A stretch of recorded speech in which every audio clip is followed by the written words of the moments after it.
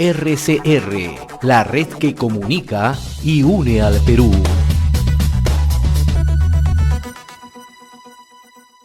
Le damos la bienvenida a esta hora y le agradecemos, como siempre, la amabilidad, la cordialidad con RCR al ingeniero Juan Chepo, el congresista de la República, reconocido analista en temas políticos. Qué gusto saludarlo, ingeniero Chepo, muy amable. Igualmente, José, es un placer conversar contigo nuevamente. ¿Cómo está analizando la situación en el país? El Congreso parece ser no pretende el adelanto de elecciones, la Presidenta de la República ha indicado que no va a renunciar, tenemos una situación muy preocupante en el sur del país, particularmente en Puno, 45 días de paralización. ¿Qué salida nos espera?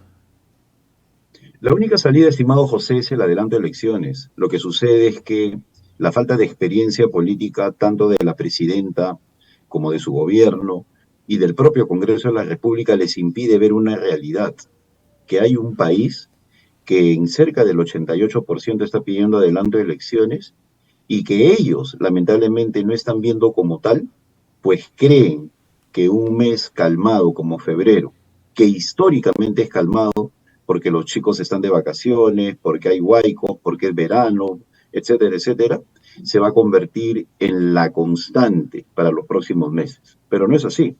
Ya se está anunciando una nueva toma de Lima, los paros de transportistas van a empezar de nuevo, hoy día lo miraba en todos los noticieros, la gente está harta del clima de inseguridad ciudadana, a esto contribuyen también un conjunto de alcaldes que no están dando la talla a nivel nacional, es decir, hay un desencanto generalizado. Y si a eso le agregamos la performance del Congreso, manifestada en declaraciones torpes para justificar 48 pasajes, para justificar la adquisición de iPhones, el alfombrado del Parlamento y la cereza que significó el buffet de 190 soles, pues simplemente que no te sorprenda que la cosa se agrave desde el mes de marzo. Lo escuchaba el otro día con atención y usted señalaba que en esta situación es urgente un recambio. Ese recambio pasa por la salida del presidente del Consejo de Ministros, cambios en el gabinete. ¿Qué es lo que tendría que hacerse? Naturalmente, la situación en la que vivimos, de una u otra manera, requiere adoptar decisiones, por más duras que éstas sean, ¿no? O sea, esto puede ser, digamos, un momento para que la presidenta intente tener una mejor vocería, una mejor capacidad de interacción con la población. Por supuesto, porque el señor Otárola no está siendo funcional a lo que decide la presidenta. Y te doy solamente un dato, ¿no? Si la Presidenta de la República anuncia en mensaje de la Nación adelanto de elecciones y presenta un proyecto de ley, es para que el Premier vaya al Congreso y empiece a activar los mecanismos de exigencia política que se dan en estos casos, presentarse en las comisiones, ir a los medios de comunicación, formar de corrientes de opinión para que el Congreso pueda sacar adelante el deseo de la presidenta, que se supone que es una decisión adoptada en el Consejo de Ministros. Pero ¿qué es lo que sale a decir Otárola? La presidenta no va a renunciar. La presidenta se queda hasta el 2026. No vamos a ceder a lo que diga una minoría, etcétera, etcétera. Contribuyendo con esas declaraciones a echarle gasolina al fuego. Entonces, yo creo que Alberto Otárola no debe seguir al frente del gabinete. Es una persona que ha demostrado ser muy pequeño en términos políticos, pues no es capaz de conversar, a todo le dice no, a todas las posibles válvulas de escape que pueden haber al sistema, no a las marchas, no a la posibilidad de adelanto de elecciones, no a discutir la Asamblea Constituyente, no a todo. Y cuando uno se basa en el no y cree que con la fuerza puede imponer la calma social, pues simplemente se equivoca. Yo creo que Alberto Otárola es el equivalente al congresista Jorge Montoya en el gabinete. Los dos creen que con la fuerza pueden controlar la situación y están completamente equivocados. El otro factor es la capacidad del gobierno de poder acercarse en los puntos, en las zonas más neurálgicas, ¿no? Han transcurrido más de 45 días y vemos que Puno está prácticamente paralizado en este momento. No hay ninguna capacidad de buscar un nivel de interacción, no hay interlocutores, ni por el lado del gobierno, ni por el lado de las autoridades o representantes en Puno. ¿Qué falla ahí? ¿Solamente es el presidente del Consejo de Ministros, la presidenta de la República o los mecanismos que tiene el Estado para poder ingresar? Usted ha sido ministro de Estado. Por supuesto, y te voy a dar un ejemplo de las épocas en que fui ministro. Cuando yo era ministro, teníamos un presidente que tenía 10% de aprobación, llegó a tener un dígito, 9, si mal no recuerdo, pero teníamos un gobierno que frisaba, llegaba al 60%. Es decir, la gente diferenciaba a los ministros del presidente Toledo en términos de popularidad. En la actualidad ni siquiera conocen a los ministros.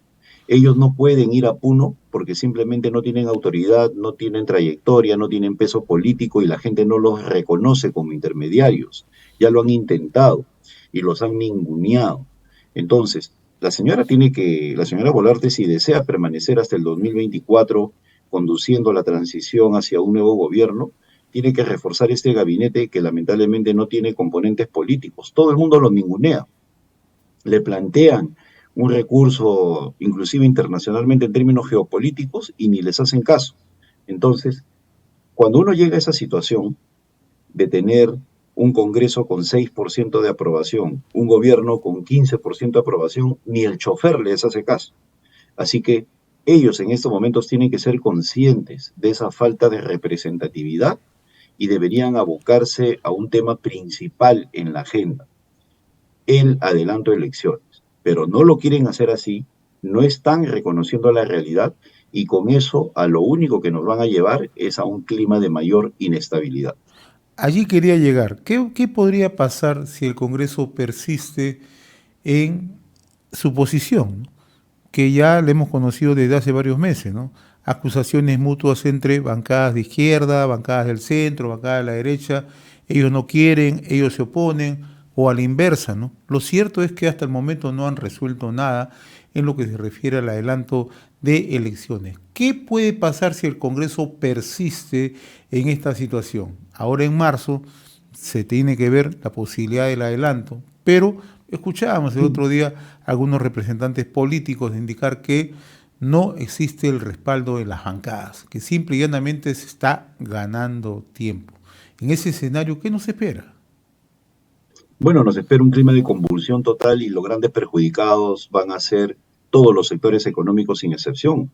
Nos hemos olvidado que en estos momentos Puno, parte de Madre de Dios y parte del Cusco y de repente desde el día de mañana Apurímac están en una situación de levantamiento. Ya se está anunciando también en Cajamarca que los ronderos van a participar en próximas tomas de Lima. Es decir, a nivel nacional se viene articulando una protesta que creo yo podría ser definitiva contra Dina Boluarte. Ella puede tener el deseo de no querer renunciar, pero se va a tener que ver obligada a hacerlo como consecuencia de la convulsión. Un síntoma de su temor, un síntoma de su pavor, un síntoma de que no da la talla, es el hecho de que ella quiere que la sesión que va a haber con la Fiscalía por el tema de los fallecidos durante las revueltas sociales, quiere hacerla por Zoom, no quiere presentarse ante la Fiscalía. No quiero ir, dice, ¿no? En un gesto realmente lamentable para quien ejerce la jefatura de Estado. ¿Y cuáles son las razones? No son jurídicas. Dice que no quiere comprometer con su presencia algún tipo de protesta. Entonces, ¿para qué es presidente si no puede enfrentar los problemas? Mira, los grandes cambios sociales en el mundo no los han dado los congresos, los han dado los pueblos.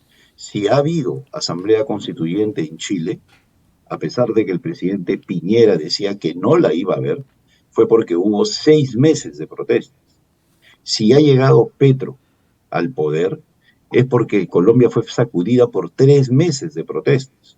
Entonces, en el Perú se quiere diferenciar Lima de las regiones, haciéndonos creer que no pasa nada.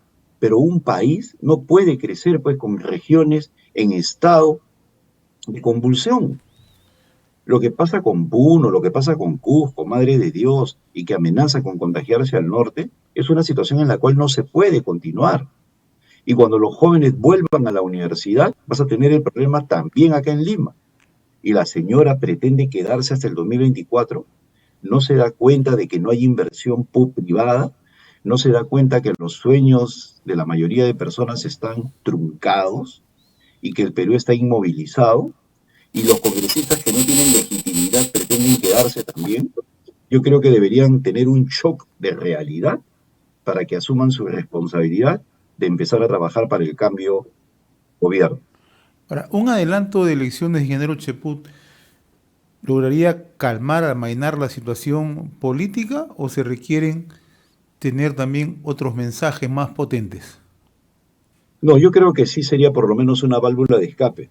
Lo que está haciendo el gobierno de Montoya, perdón, de Otárola, que tiene como premiera al señor Otárola, es tapar todas las válvulas de escape, todas. Cuando uno convoca elecciones, se genera un nuevo aire como consecuencia del nuevo elenco político, que tendría mayor solidez, mayor fuerza para poder plantear una solución definitiva. Con los actuales representantes vamos al desastre, que ya hemos visto, dicho sea de paso, que podrán ser nuevos en política, pero tienen todas las costumbres de los peores partidos, ¿no? Como es Avanza País, por ejemplo, ¿no? Partido novedoso, donde están los señores Cabero y Tudela, que dicen que la juventud es el cambio y que por lo tanto ellos quieren quedarse hasta el 2026. Ya salió un reportaje donde dicen que 500.000 soles se han gastado en capacitación, pero ¿dónde la hicieron? En una fotocopiadora de 2 metros por 2 metros. Y cuando le preguntan al fotocopiador, oiga, ¿acá han dado capacitación? No, no sé por qué han dado esta dirección, ¿no? Es decir, se han perdido, por no decir robado, $500.000 que tiene que investigar la Contraloría. Entonces, si tenemos esos representantes políticos y no queremos hacer un cambio sustantivo, la situación se va a agudizar, porque este Congreso no se da cuenta que ya no representa a nadie y por lo tanto es disfuncional para el propósito de servir de soporte a la democracia. Cuando hablamos de un nuevo elenco en la política, ¿tenemos un nuevo elenco en la política, tanto en izquierda, tanto en el centro, en la derecha, para ubicar un poco los espectros? Mira, si vamos a hablar de nuevo elenco, yo lo hago más que surja gente nueva, lo hago porque cambie el actual establecimiento. Mira a los nuevos de la política, al señor Montoya, la señora Chirinos, el señor Tudela, el señor Cabero, el señor Bermejo, la señora Susel Paredes. Míralos, ¿qué es lo que están produciendo? O pensemos en el Congreso anterior también con los nuevos. Nada sustantivo. Más bien se han convertido en el Congreso más impopular de la historia. Yo creo que gran parte de nuestros problemas es que no hay experiencia política. Y al no haber experiencia política se cometen estos desatinos. Ayer hemos visto al personal administrativo del Congreso dando una conferencia de prensa. Yo jamás he visto que un presidente del Congreso envía funcionarios a dar la cara, en lugar de que la dé el presidente del Congreso con su mesa. Nunca he visto eso. O sea, ese es el nivel de los políticos que tenemos, que cuando surge un problema se esconden debajo de la cama, ¿no? Eso es realmente alucinante y no nos damos cuenta. ¿Quién sale a explicar el tema de las alfombras del Congreso, del menú? El funcionario de quinto nivel junto con el funcionario de segundo nivel y el funcionario de tercer nivel. Y los congresistas, yo no tengo nada que ver con esto, ¿no? O sea, es ese grupo de personas que está en el Congreso va a poder enfrentar la grave crisis que se viene de ninguna manera, no tienen la talla política como para poder hacerlo. Ahora, en el Congreso, usted ha sido legislador, ingeniero Cheput. Yo veo que no solamente es la poca capacidad de un gran sector de legisladores, hay honrosas excepciones, pero lo que veo son los compromisos que se asumen, ¿no? En el Congreso hay demasiados compromisos y esa práctica legislativa lastimosamente le está haciendo mucho daño al país, ¿no? Vemos cómo Claro, legisladores, lejos de cumplir la labor parlamentaria, se dedican ya a ser los grandes facilitadores, los lobistas en los proyectos de inversión sustancialmente en las regiones, y eso lo estamos perdiendo de vista. O sea, los por supuesto. legisladores de las provincias, de las regiones o los departamentos, lo que están haciendo es tener una posición representativa pero con intereses particulares. Y aquí hay que mirarlo muy de cerca lo que está ocurriendo. Nosotros siempre recibimos información del interior del país y hay denuncias por montones, ¿no?, de casos de corrupción, donde hay intereses, ¿no? En la semana de representación, los legisladores no van precisamente a preocuparse de los problemas de sus jurisdicciones. Lo que van a hacer es a buscar que presentar a consorcios, buscar que interesarse sobre proyectos de inversión en las regiones, en las provincias, etcétera, etcétera. Ese es el gran problema y lo que pasa es que nadie lo denuncia. Por supuesto, y los mismos parlamentarios han cambiado su reglamento para hacer algo que no se hacía, viajar por todo el país. ¿Qué tienen que hacer los congresistas de Lima en Cajamarca, o Así en es. Lambayeque, o en Arequipa, o los congresistas del Cusco en Puno, o los congresistas de La Libertad en Junín? ¿Qué tienen que hacer? ¿Acaso han sido elegidos por esas circunscripciones? Y encima salen los parlamentarios a decir nosotros podemos ir donde se nos da la gana.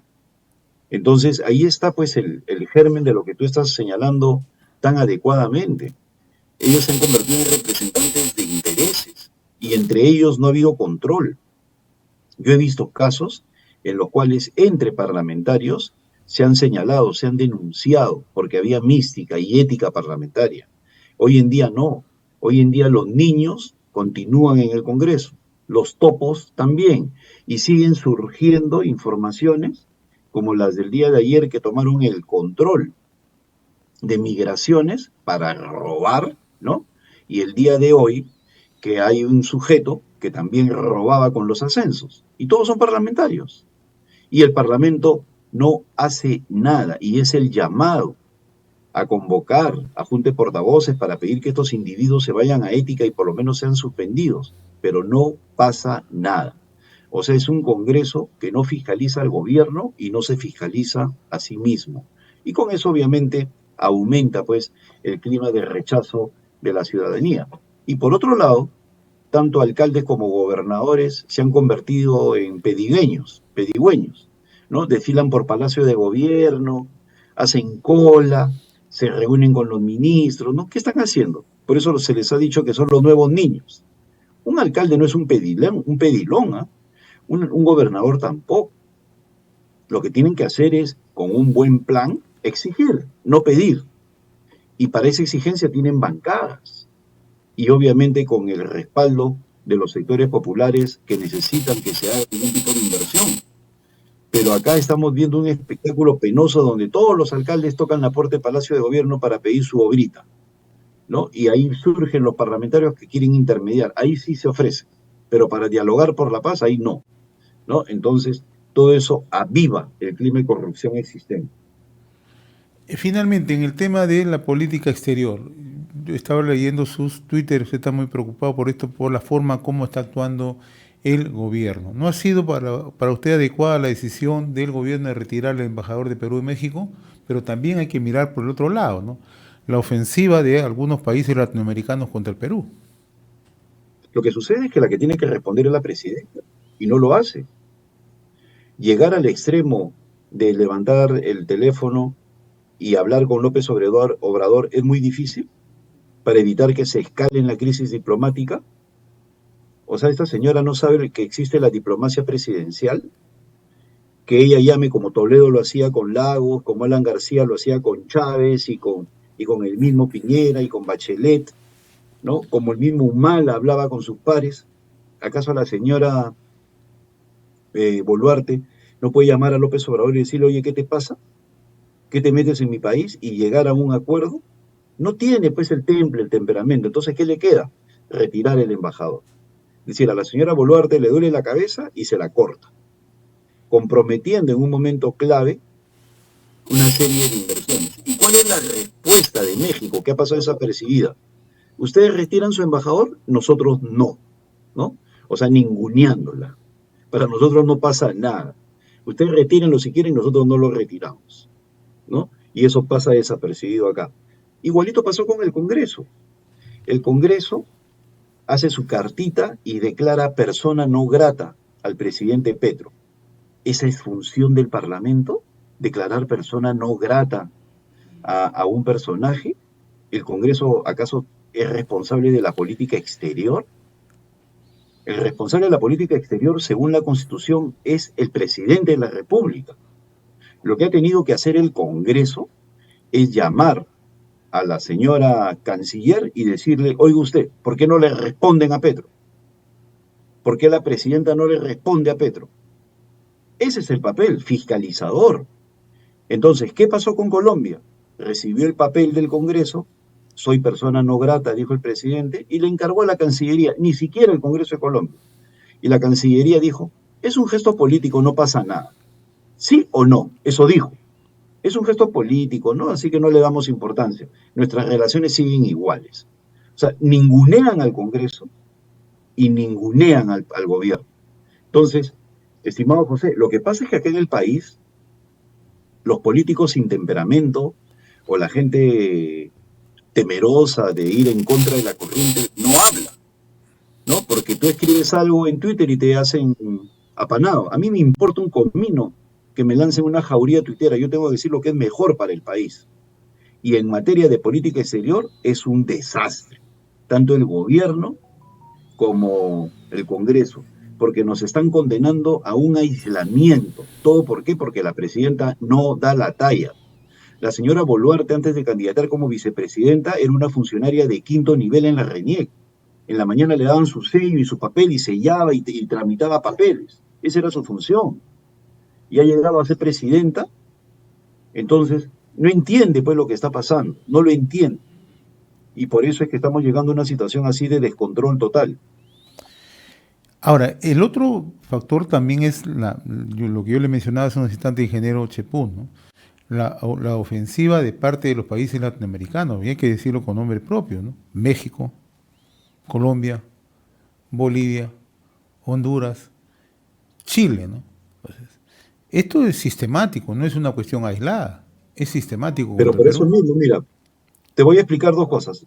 Y por eso yo señalé en una oportunidad que Víctor Andrés García Belaúnde debería ser el premier. No, no su hermano José, Víctor Andrés García Belaúnde, y debería ser canciller a la vez. A la presidenta se le ha recomendado públicamente en más de una oportunidad que mande misiones al exterior. No misiones como la que hizo Montoya en la OEA, que hizo el ridículo cuando ni siquiera lo recibieron en la puerta, sino a gente representativa del país que vaya a los diversos congresos a explicar lo que está pasando en el Perú y que pidan esas personas que ser escuchadas en la Comisión de Relaciones Exteriores de los Congresos y que expliquen la situación del Perú. Pero no lo hace, pues. Y ella tampoco contesta. A un presidente le contesta otro presidente. Nadie más lo puede hacer. Nadie más. ¿Tú recuerdas cuando Alan García lo puso en su sitio a Hugo Chávez? ¿O cuando Alejandro Toledo polemizó con Ricardo Lagos de Chile? Nadie más puede responder. Pero si la señora Boluarte se esconde y manda al canciller a que mande su cartita, etcétera, etcétera, nos apabullan, pues nos hacen bullying, porque no respondemos, porque no nos respetan. Entonces, ellos avanzan porque se lo permitimos. Y yo he vivido un caso similar en América Latina. Cuando todos los países del Foro de Sao Paulo atacaron al presidente Álvaro Uribe, y ahí está en YouTube, Álvaro Uribe se enfrentó a Chávez, a Ortega, a Correa, a Lula, a Kirchner, mire esos pesos pesados, y a todos los apabulló. Y regresó en hombros en la famosa cumbre de República Dominicana. Con cumbre República Dominicana, enfrentamiento Hugo Chávez con Álvaro Uribe, o Ortega con Álvaro Uribe, o Correa con Álvaro Uribe. Se metió, a todos le respondió, usted está hablando de esto, usted está hablando del otro, ¿no? Y le respondía. ¿Acá qué hace la señora Boluarte? No responde. Por eso nos apabullan, pues. Porque ella nunca fue presidenciable. Nunca fue presidenciable la señora Boluarte. Por eso yo lamento mucho cómo en nuestro país cualquier persona es presidencial. El señor Alfonso López Chau, el rector de la UNI, habla con el jefe de la tanqueta y ya se convirtió en presidencial. El único mérito que ha hecho, hablar con el jefe de la tanqueta, señores, no entren a la UNI. Ya, señor rector, nos vamos, hasta luego, hasta luego. Presidenciable el señor López Chau, ¿no? Ese es el Perú, pues. Un Perú basado en el espectáculo, en lo superficial, y por eso es que tenemos resultados como los que tenemos. Ingeniero Juan Chepo, muy reconocido por esta comunicación con RCR, Red de Comunicación Regional. Ha sido un gusto conversar con usted, como Muchas siempre. gracias. RCR, la red que comunica y une al Perú.